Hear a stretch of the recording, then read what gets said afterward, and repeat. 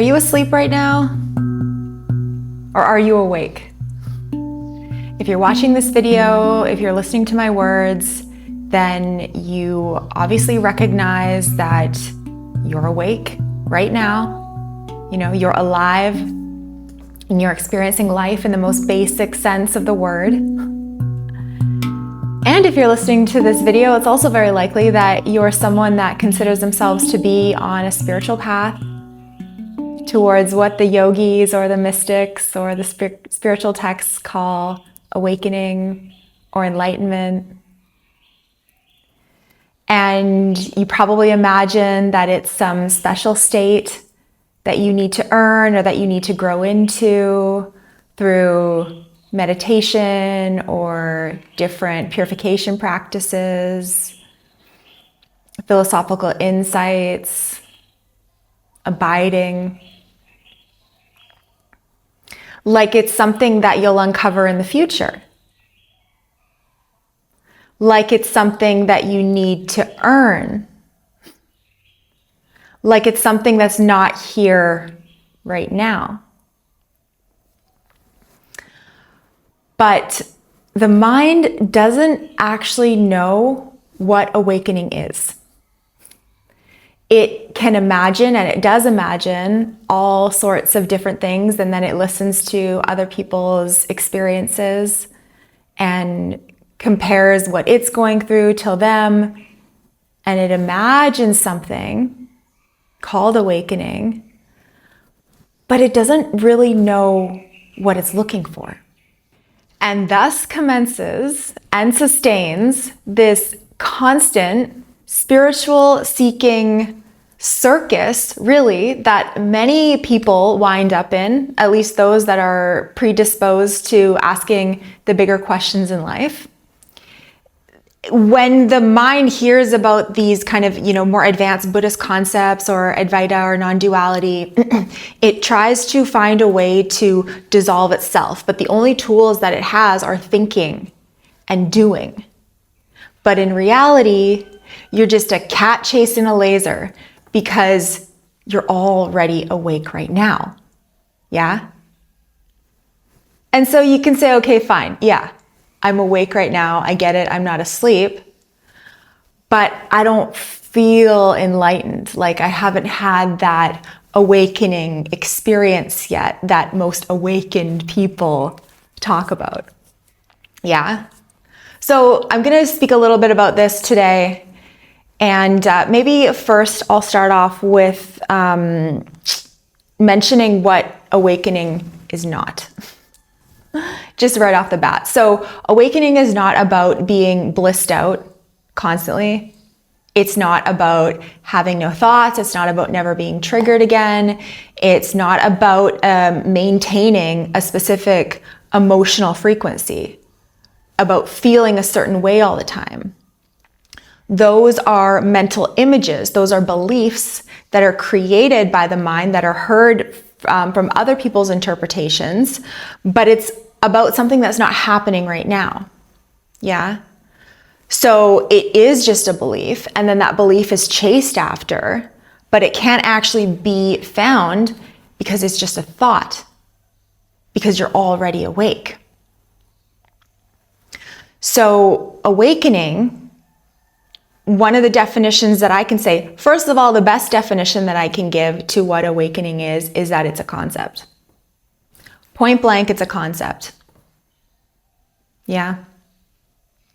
And what this concept points to is something that is so far beyond a concept that I don't even really like using that word anymore, but just as entry level into this video, I will say that what awakening is pointing to is the recognition of that which is already awake, right? So then why do you not feel awake?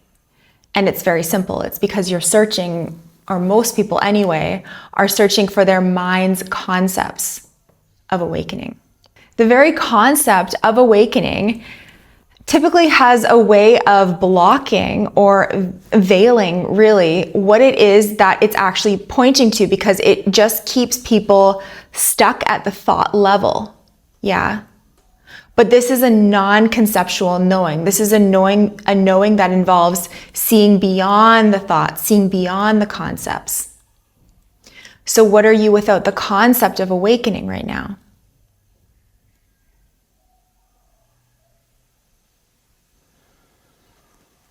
There's something here that's already awake. And you know what I mean when I say that. You know exactly what I mean when I say that. But the mind wants to search for awakening in the future. It objectifies it. It turns it into something that's not here yet. It turns it into a goal that it must achieve.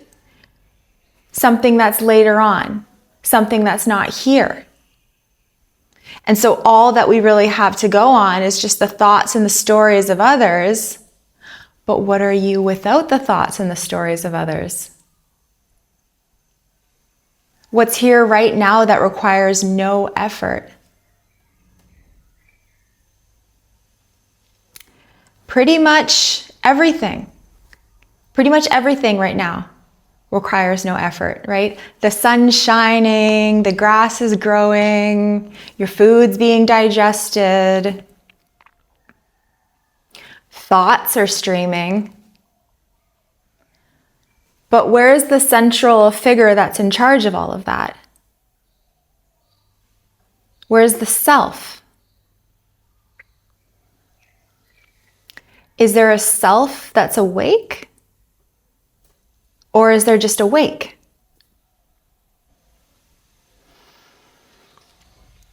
This idea of a self, of some central figure that's located somewhere inside the body is really just a mental construct that is a compilation of memories, of trends, of things and ideas about the past. But what's here without the past right now? What's here that doesn't need a past right now? And what's here that doesn't require a journey in order to exist?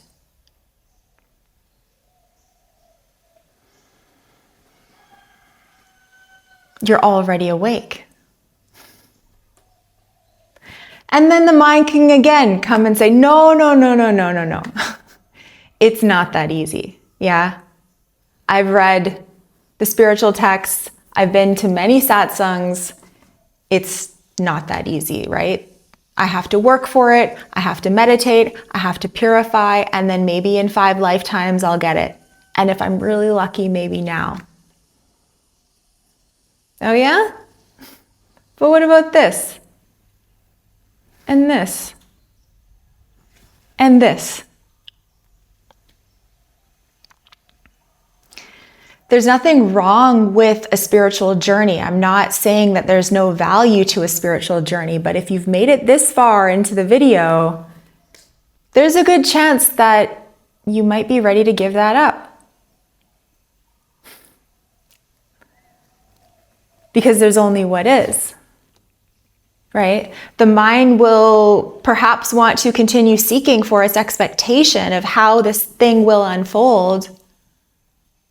But where's the mind right now? It's just empty thought programs with nothing behind them that you're not choosing.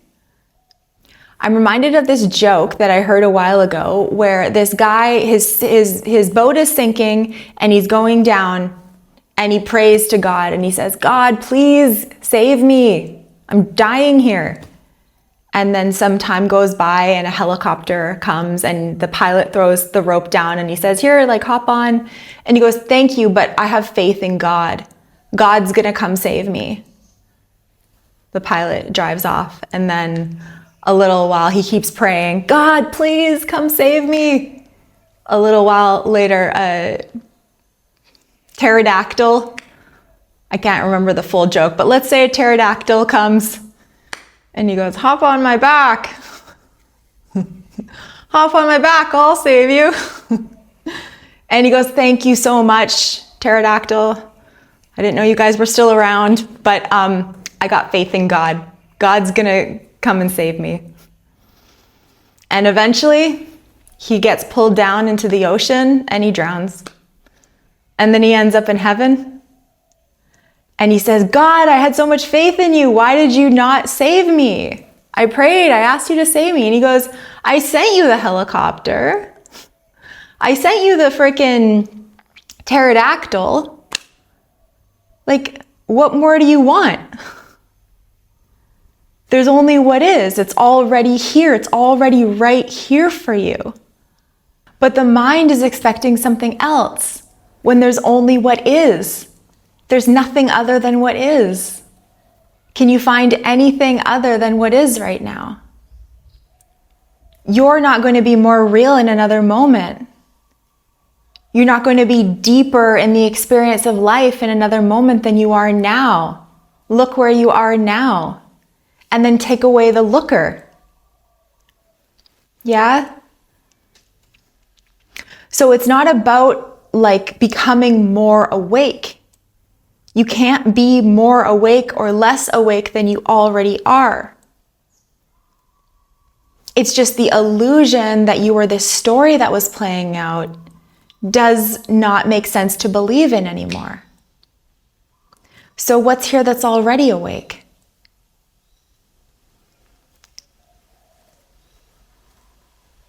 You can't go back further than this.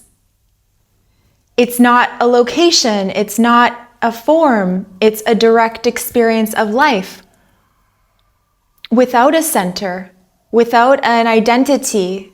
And you know, as a child, I recognized this awake space. I recognized the miracle of life. And I remember thinking like, wow, like what kind of power gave life to me? This is incredible that I'm alive, that there's this whole world going on around me. Everyone's just walking around like it's just the most normal thing in the world to be alive. But what are we doing here, you know? And of course, I was raised religious Christian and was installed with certain belief programs that, you know, okay, this is what God wants from you and this is why you're alive. But I did even recognize back then that there's really no proof. I'm not seeing any proof for the angels. I'm not seeing any proof for Jesus and for this whole story. And I remember thinking like, there's gotta be a way to see, you know, to find out what's really going on here. Yeah, I'll go along with this Christian stuff for now, but like, there's gotta be a way to really find out what's happening. And one day I wanna find out, yeah. And that definitely happened. You know, my spiritual seeking journey lasted for 12 years and it was beautiful. There was lots of wonderful moments in it, but there was a lot of delusion as well. You know, the mind looking for the big answer. And the irony of all of that was that the final answer was, what are you without your questions? So it's like this full circle moment that there's this, I had this recognition of this awake state of this life that was here that I couldn't actually find anywhere, but it was also undeniable at the same time. The mind had a question, why, how, where? And what I eventually discovered was that those questions were the illusion. And all I was faced with was just this living, miraculous miracle that can't be answered intellectually, but at the same time doesn't need to be. Because it's not a knowing that you have with some made up part called the mental realm, just created from made up words and concepts. You know, we had language is a very new invention. So there's no actual answers to be found in that. There's just this living mystery, this celebration of existence. And it can even feel a little underwhelming, I'm not gonna lie, and at least initially anyway. For everyone, it doesn't have to be this big wow, pow experience. It can be, but it doesn't have to, because what I'm pointing to is that which is always here. The mind wants fireworks, it wants a story to tell. But what it gets is just the familiarity, the ordinary, the everyday space that it's been existing in its whole life. But it's not an event, it's not something that you earn over time. It's just a direct recognition of this empty space that's already awake. And that's not separate from the reality. So when we label it with the mind, okay, there's this awakeness and then there's the reality. But in actuality, if you take away the words, they're not two separate things. It's the mind that creates the distinction. It's the mind that creates the definition and the comparison and the label and the journey and the past and the future and the I don't have it yet. So what are you without thoughts? What's here that doesn't require a thought?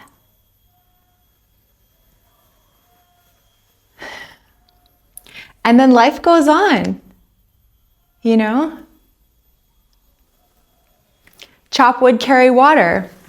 But there's no belief that the story is exactly who I am. It's okay to have a story. But it's a story. That's all that it is. It's just a story, and it's seen as a story. So thoughts can still appear, feelings can still appear, challenges can still appear. Doesn't need to look a certain way. This is simple.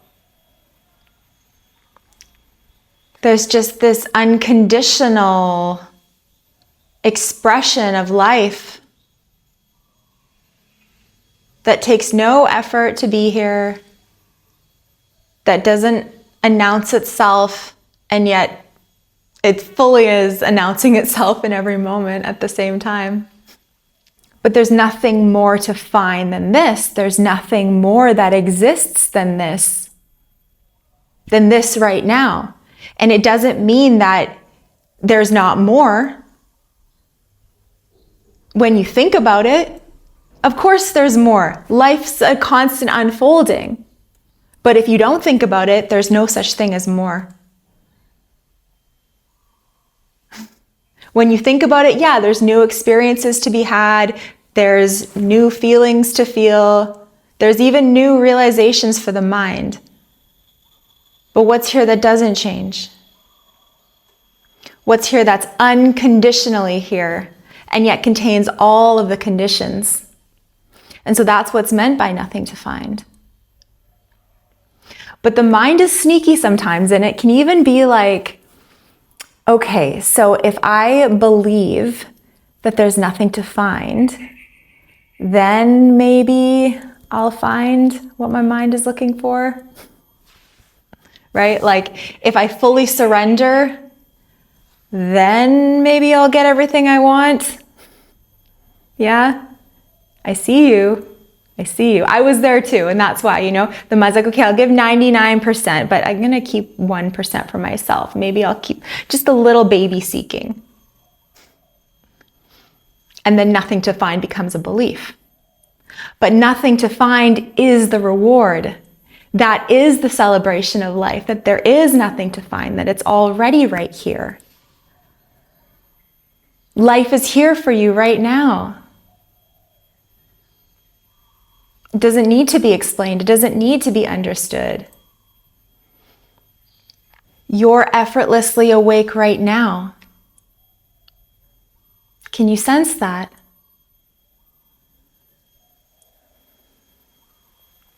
And now take away the word awake. Take away that concept. It's just a bridge. What's here that you can't not be? What's here that you can't turn off?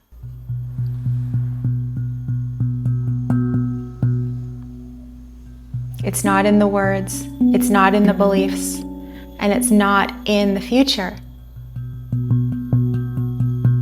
So don't wait for some moment that changes everything,